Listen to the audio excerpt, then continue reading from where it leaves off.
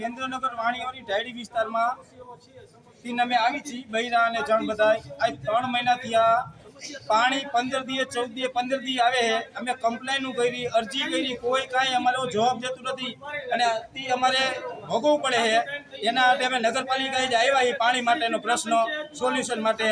તો હવે એવું કહીએ કે પાણીનું તમારે સોલ્યુશન થશે તો 3 મહિનાથી કર્યું હું અમે અરજી આપી એના માણસો પંચાયતે બેહાયરા છે।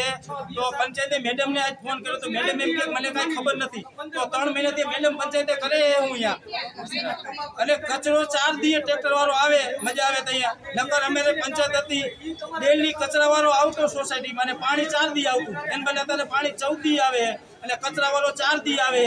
તો અમારે આનું કરવાનું શું એ તમે આને સોલ્યુશન આપો।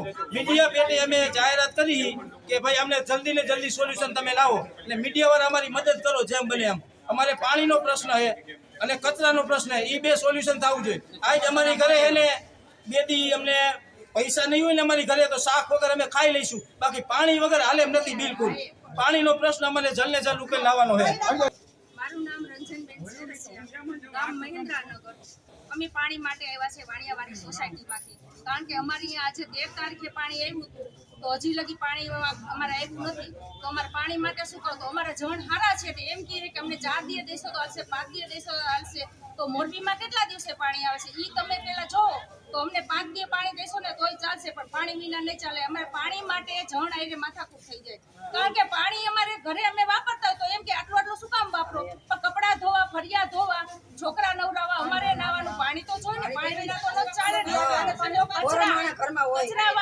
કચરાવાળાને અમે કચરો નાખવા ગયા તો અમે એને કીધું કે દરરોજ આવો કચરામાં તો એ કે અમે દરરોજ નહીં આવી નગરપાલિકાએ જાઓ અમે 4 દિવસ જાઉં તો એમ ચાલે એ અમારે પગાર ટૂંકા પડે તો એમ તો ચાલે ને તમારી પંચાયત સારી હતી અમારે પંચાયત જોઈશે અમારે નગરપાલિકા જોતી જ નથી। નગરપાલિકામાં બધા પૈસા પગાર ખાવા વાળા છે।